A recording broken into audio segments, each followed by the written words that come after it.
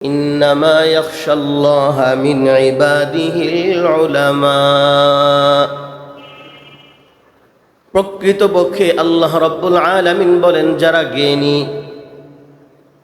যারা আল্লাহ তাআলাকে ভয় করে, যাদের ভিতরে ইলম আছে, যারা জ্ঞানী, তারাই আল্লাহ তাআলাকে ভয় করে। আমি যদি মুখ দিয়া বলি আমি আল্লাহ তাআলাকে ভয় করি, কিন্তু গুনাহের সকল কাজ আমার দ্বারা হইতেছে, আমি আল্লাহ তাআলাকে ভয় করি না। আল্লাহ তাআলাকে তো ভয় ওইভাবেই করা লাগে। আমি আপনি মাঝে মধ্যে গোপনে গোপনে কিছু গুনাহ করি।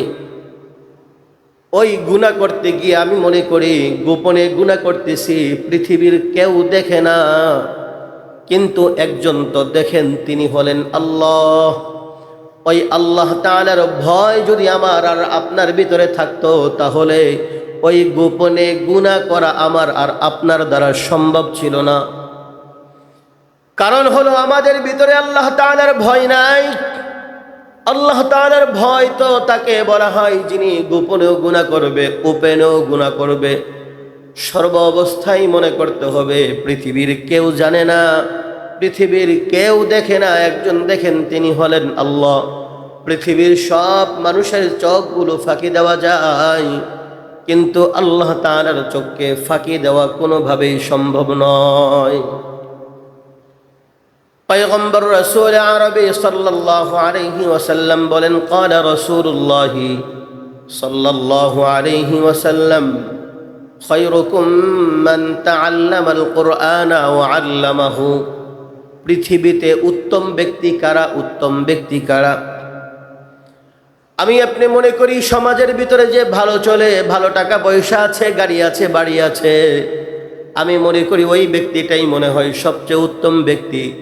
কিন্তু রাসূল বলেন, না না, ওই ব্যক্তিটা উত্তম না, তার চেয়েও আরো উত্তম ব্যক্তি হলো তিনি, যিনি খায়রুকুম মান তাআল্লামাল কুরআনা ওয়া আল্লামাহু, কুরআন শিখে এবং শিখায়। এটা হলো দ্বীনি ইলম, আখিরাতের ইলম, আসমানি ইলম। কিন্তু পয়গম্বর এটা বলেন নাই দুনিয়াবি ইলম যেই ব্যক্তিটা শিক্ষা গ্রহণ করবে, দুনিয়ার জাগতিক সে যেই ব্যক্তিটা শিক্ষা গ্রহণ করবে, ওই ব্যক্তিটাই হলো সবচেয়ে উত্তম ব্যক্তি। পয়গম্বর বলেন, খায়রুকুম মান তাআল্লামাল কুরআনা ওয়া আল্লামাহু, যেই ব্যক্তিটা দ্বীনি ইলম শিক্ষা করে, অর্থাৎ কোরআন শিখে এবং শিখায়, ওই ব্যক্তিটাই হলো পৃথিবীতে সবচেয়ে উত্তম ব্যক্তি। সুবহানাল্লাহ। আল্লাহর রাসূল সাল্লাল্লাহু আলাইহি ওয়াসাল্লাম উত্তম ব্যক্তি যারা, তাদের সংজ্ঞা দিয়েছে। আর আল্লাহ রাব্বুল আলামিন জ্ঞানী ব্যক্তিদের সংজ্ঞা দিয়েছেন। এখন জ্ঞানী আর উত্তম, যেই ব্যক্তি জ্ঞানী হয় সে উত্তম হয়, আর যে জ্ঞানী হয় না সে কখনো উত্তম হতে পারে না। এখন জ্ঞানী ব্যক্তি যদি হওয়া লাগে, জ্ঞানী ব্যক্তি যদি আমাকে দাতব্য করতে হয়, আমি যদি জ্ঞানী ব্যক্তি যারা আছে তাদেরকে যদি আমি স্যাটিসফাই করি, যে জ্ঞানী কাদেরকে বলবো? আল্লাহ তাআলা বলতেছেন, আমাকে যারা ভয় করে, আমাকে যারা ভয় করে প্রকৃতপক্ষে। এখন আমি মুখের দ্বারা স্বীকার করলাম আমি আল্লাহ তাআলাকে ভয় করি। হযরত বাইজিদ বুস্তামি রহমতুল্লাহি আলাই একটা ঘটনা প্রচলিত আছে, এটা লোকে মুখে প্রত্যেকেই বলে, তবে দলিল হিসাবে নয়, ঘটনার প্রকৃত যেই জিনিসটা সেটা বোঝাবার জন্য, যে আল্লাহ তাআলাকে আসলেই কে ভয় করে।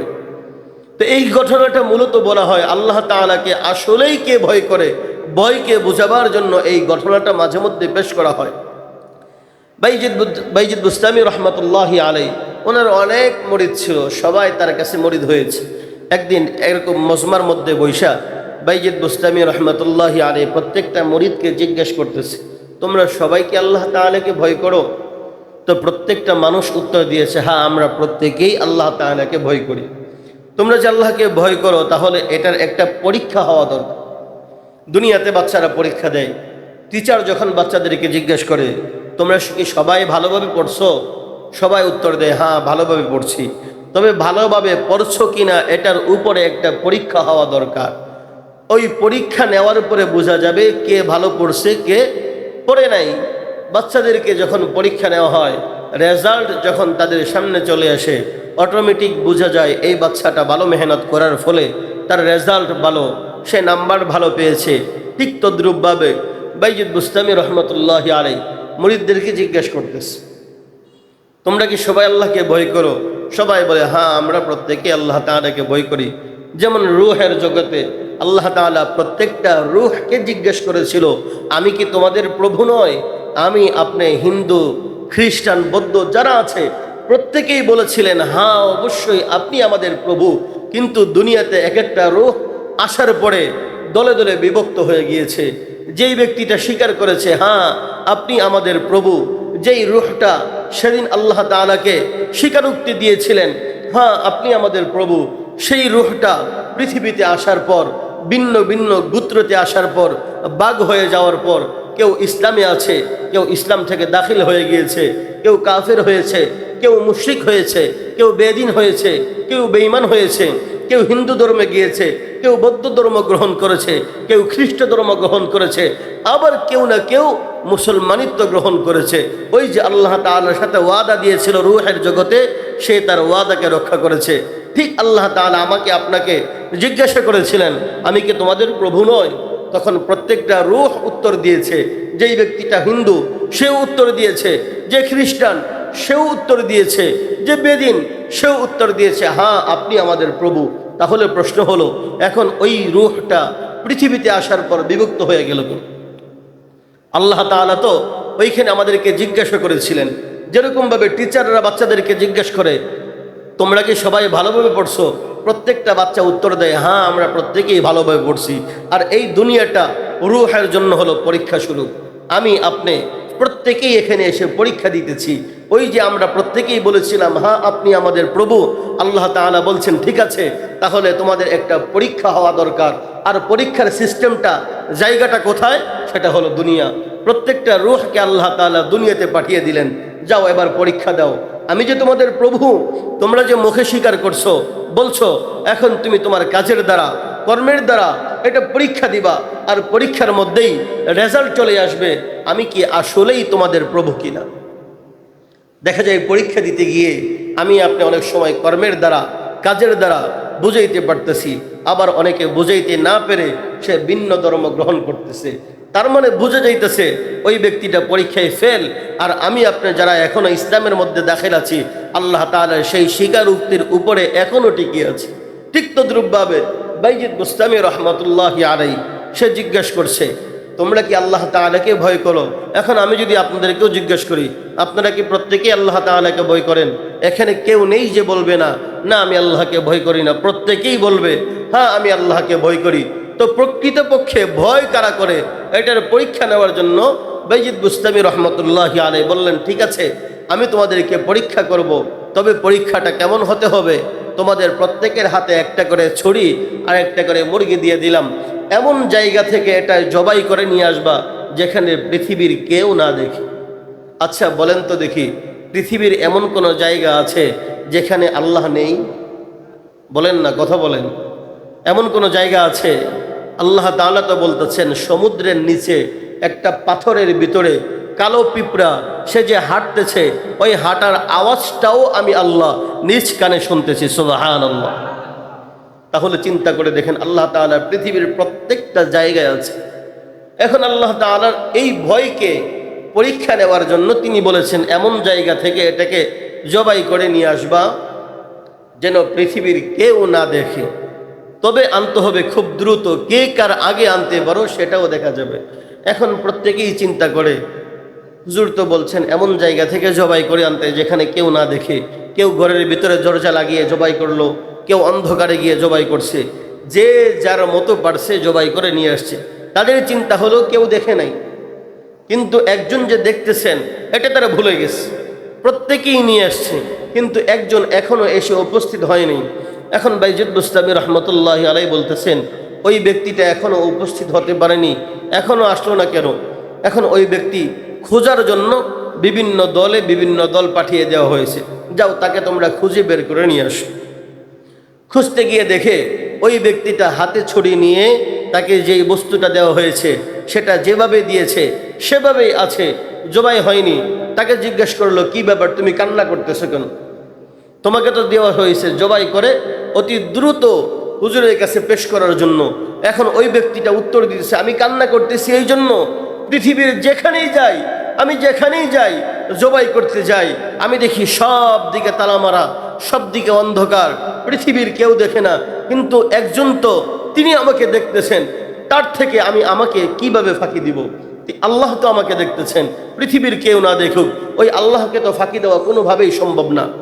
বাইজিদ বুস্তামি রহমতুল্লাহ আলাইহি বলতেছেন, প্রকৃত ভয় তার ভিতরেই আছে, প্রকৃত ভয় তার ভিতরে আছে, কারণ সে চিন্তা করতেছে পৃথিবীর কেউ না দেখুক, একমাত্র আল্লাহ আমাকে দেখতেছেন। আর আল্লাহ তাআলা এটাই মানুষদেরকে বুঝাইতেছেন প্রকৃত পক্ষে জ্ঞানী কারা, ইলম আমাকে কতটুকুন দুনিয়াবি ফায়দা দিয়েছে। এজন্য আল্লাহ বললেন, ইন্নামা ইয়াখশাল্লাহা মিন ইবাদিহিল উলামা, প্রকৃত পক্ষে আল্লাহকে ভয় তারা করে যারা জ্ঞানী, যারা ইলম অর্জন করেছে। ওই যে ইলম হতে হবে দুনিয়াবি ইলম এবং আসমানি ইলম, এই ইলম দিয়ে যেন আমার উভয় জগতে ফায়দা হাসিল হয়।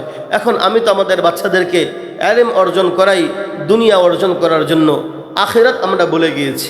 আমার বাচ্চাটা আস্তে আস্তে বড় হবে, তাকে ভালো লেখাপড়া করাতে হবে। এখন বাবারা চিন্তা করে আমি মূর্খ টূর্খ যাই আছি, আমার ছেলেটাকে অন্তত পক্ষে শিক্ষিত বানাতে হবে। কি বলেন, এরকম সমাজে চিন্তার লোক আছে না নাই? অহরহ আছে। বাবাই চিন্তা করে আমি মূর্খ টূর্খ যাই হইছি না হইছি, আমার ছেলেটা যেন আমার মতো মূর্খ না হয়, এজন্য তাকে কি করে জাগতিক শিক্ষায় শিক্ষিত বানানোর জন্য আপ্রাণ চেষ্টা করতে থাকে। কিন্তু বাবা এটা ভুলে যায়, আমি আমার ছেলেকে দুনিয়াবি শিক্ষিত বানাইতে গিয়ে আমি তো আখিরাত বরবাদ করে ফেলতেছি। অতএব আমার মতো আপনার মতো সাধারণ ছেলেদের মতো ডাক্তার, ইঞ্জিনিয়ার, উকিল, ব্যারিস্টার অভাব নেই, যাদের ভিতরে দিনও আছে দুনিয়াও আছে, উভয়টাই তাদের ভিতরে আছে। কেন? তাদেরকে ওইভাবেই একজন বাবা একজন মা তাকে ওইভাবেই করেছে যে আমার ছেলেকে যদি শুধু আমি দুনিয়াবি শিক্ষাটাই দেই, তাহলে আমার ছেলে তো আখিরাত বরবাদ হয়ে যাবে। আর ছেলেকে যদি আমি উভয়টা শিক্ষা দিতে পারি, তাহলে ছেলের আখিরাত অর্জন হলো, দুনিয়াবি অর্জন হলো। তো আমাদের শিক্ষার পাশাপাশি এরকম চিন্তা মন মানসিকতা নিজেদের ভিতরে লালন করতে হবে, ধারণ করতে হবে। আমি আমার ছেলেটাকে শিক্ষা দিতেছি শুধু দুনিয়াবি নয়, এই শিক্ষা দিয়ে যেন আখিরাত অর্জন করতে পারে। দুনিয়াবি শিক্ষার পাশাপাশি তাকে আখিরাতের শিক্ষাটাও দিতে হবে, আসমানি ইলমের শিক্ষাটাও দিতে হবে, দ্বীনি শিক্ষাটাও তাকে দেওয়া লাগবে। এখন শুধু দুনিয়ার পিছনের শিক্ষার পিছনে আমি দৌড়াইলাম, দ্বীনি ইলম শিক্ষা তাকে আমি কিছুই দিলাম না। নামাজ কিভাবে পড়তে হয় সে উকিল হয়ে গেছে, ব্যারিস্টার হয়ে গেছে, বিশাল বড় একজন ইঞ্জিনিয়ার হয়ে গেছে, নামাজ কিভাবে পড়তে হয় এটাই সে জানে না। নামাজের 4টা সূরা এটাই সে বলতে পারে না। কিছুদিন আগে বিশ্বকাপ খেলা গেছে, সেখানে দেখলাম ছোট্ট একটা বাচ্চা আর্জেন্টিনার যতগুলো প্লেয়ার আছে প্রত্যেকটা প্লেয়ারের নাম সে অনায়াসে বলতেছে। এখন এটা নিয়ে বাবা খুব গর্ববোধ করতেছে, তার মেয়ে ভাইরাল হয়ে গেছে, এতগুলো প্লেয়ারের নাম ছোট্ট একটা বাচ্চা মুখস্থ করে ফেলছে। বাবাই মানে সে আত্মহারা হয়ে গেছে, এত খুশি হয়েছে। এখন চিন্তা করেন তো দেখি, একটা যেটা নিষিদ্ধ একটা খেলা, নিষিদ্ধ একটা খেলাকে সাপোর্ট দিতে গিয়ে ছোট্ট একটা বাচ্চা প্লেয়ারের নাম মুখস্থ করছে, এতেই বাবা এত খুশি হয়ে গিয়েছে। অথচ আল্লাহ কি বলেন? আল্লাহ বলেন, আমার একটা বান্দা যখন আমার একটা নাম মুখস্থ করে, আমার একটা তাসবিহ মুখস্থ করে, আলহামদু সূরাটা মুখস্থ করে, আমি আল্লাহ তুমি বাবা যে পরিমাণ খুশি হয়েছো তার চেয়ে কোটি গুণ বেশি খুশি হয়ে যায় আমি আল্লাহ। আমি আমার ছেলেকে কয়দিন মুখস্থ করাইতে গিয়া এতটুকু খুশি হয়েছি যে আমার ছেলে আলহামদু সূরা মুখস্থ করেছে, আমার ছেলে ইন্না আতাইনা কাল কাউসার এই সূরাটা মুখস্থ করেছে, কুল হুয়াল্লাহু আহাদ এই সূরাটা মুখস্থ করেছে। এই মুখস্থ করাইতে গিয়া, মুখস্থ করতে গিয়া, মুখস্থ হইতে গিয়া আমি আপনি কয়দিন ওই বাবার মতো খুশিতে আবেগে আপ্লুত হয়েছি? একদিনে তো হইনি। অথচ হওয়া দরকার ছিল কোথায় আর হচ্ছে কোথায়? আমাদের চিন্তা চেতনা কোথায় চলে গিয়েছে? একজন বাচ্চা সে অবৈধ একটা খেলোয়াড়দের নাম মুখস্থ করে বাবা মনে করতেছে আমার মেয়েটা কত জানি শিক্ষা অর্জন করে ফেলেছে, অথচ আখিরাতের তুলনায় একদম জিরো, আখিরাতের তুলনায় শূন্য, আখিরাতের তুলনায় কিছুই নাই, সে কিছুই করতে পারে নাই। বাবা হিসেবে সে ব্যর্থ, বাবা হিসেবে সে অদায়িত্বহীনতা পালন করেছে, বাবা হিসেবে যতটুকু দায়িত্ব পালন করা দরকার ছিল 1 ফুটাও সে করতে পারেনি। অথচ সেই লাফালাফি করতেছে, আমার মেয়েটার নাম বলতে পারতেছে। আল্লাহ তাআলা আমাদেরকে জাগতিক শিক্ষার পাশাপাশি ইলমে দ্বীন শিক্ষাগুলো অর্জন করে আখিরাতকে সহজ করার তৌফিক দান করুক। জোরে বলি আমিন। ইলম শিক্ষা অর্জন করব, দুনিয়াবি শিক্ষা অর্জন করব, এতে কোনো মানা নাই। আপনি দুনিয়াবি শিক্ষা অর্জন করেন। মুসলমানের সন্তানগুলো যদি দুনিয়াবি শিক্ষা অর্জন না করে, একজন আদর্শ ডাক্তার না হয়, একজন আদর্শ ইঞ্জিনিয়ার না হয়, একজন আদর্শ উকিল না হয়, তাহলে আমরা পাবো কোথায় গিয়ে? বেঈমানদের কাছে আদর্শ আশা করা যায় না, কারণ তাদের ভিতরে আদর্শ নাই, তাদের ভিতরে দায়িত্বহীনতা নাই। আর মুসলমানদের ভিতরে আছে আদর্শ, মুসলমানদের ভিতরে আছে দায়িত্ব, মুসলমানদের ভিতরে আছে পরকালের ভয়। আমি আমার সন্তানকে যখন দুনিয়াবি শিক্ষার পাশাপাশি দ্বীনি শিক্ষাটা ঢুকাইতে পারবো, তাহলে মনে রাখতে হবে আমার ছেলে দুনিয়াতেও লাভবান, আখিরাতেও লাভবান। আর শুধুমাত্র যদি দুনিয়াবি শিক্ষা অর্জন করাই, দ্বীনি ইলম যদি শিক্ষা যদি না দেই, তাহলে দুনিয়াতে লাভবান হলো, আখিরাতের মধ্যে জিরো। কিয়ামতের ময়দানে আল্লাহ তাআলার কাছে অভিযোগ করবে পিতার বিরুদ্ধে, মার বিরুদ্ধে, যে আমার বাবা আমাকে দ্বীনি ইলম শিক্ষা দেয় নাই, আমার বাবা আমাকে নামাজের শিক্ষা দেয় নাই। এখন আপনি চিন্তা করতেছেন, হুজুর এটাই কি অভিযোগ করবে? হ্যাঁ, অবশ্যই। কোরআনের ভিতরে আল্লাহ তাআলা স্পষ্ট করে দিয়েছে, আপনি বাবার বিরুদ্ধে ছেলে অভিযোগ করবে, আপনি বাবার বিরুদ্ধে মেয়ে অভিযোগ করবে। এই অভিযোগগুলো যেন আমার সন্তান আমাদের প্রতি না করতে পারে, আল্লাহ তাআলা সেই তৌফিক দান করুক। জোরে বলি আমিন। আল্লাহ রাব্বুল আলামিন প্রত্যেকটা সন্তানকে দুনিয়াবি শিক্ষার পাশাপাশি আল্লাহ তাআলা দ্বীনি ইলম শিক্ষা করার তৌফিক দান করুক, এবং উভয় শিক্ষা দিয়ে যেন উভয় জগতে কামিয়াবি হাসিল করতে পারি, সেই তৌফিক আল্লাহ তাআলা প্রত্যেককে দান করুক। সকলে বলি আমিন। ওয়া আখিরু দাওয়ানা আনিল হামদুলিল্লাহি রাব্বিল আলামিন। যারা সুন্নত পড়ি নাই, সুন্নত পড়ে নেই।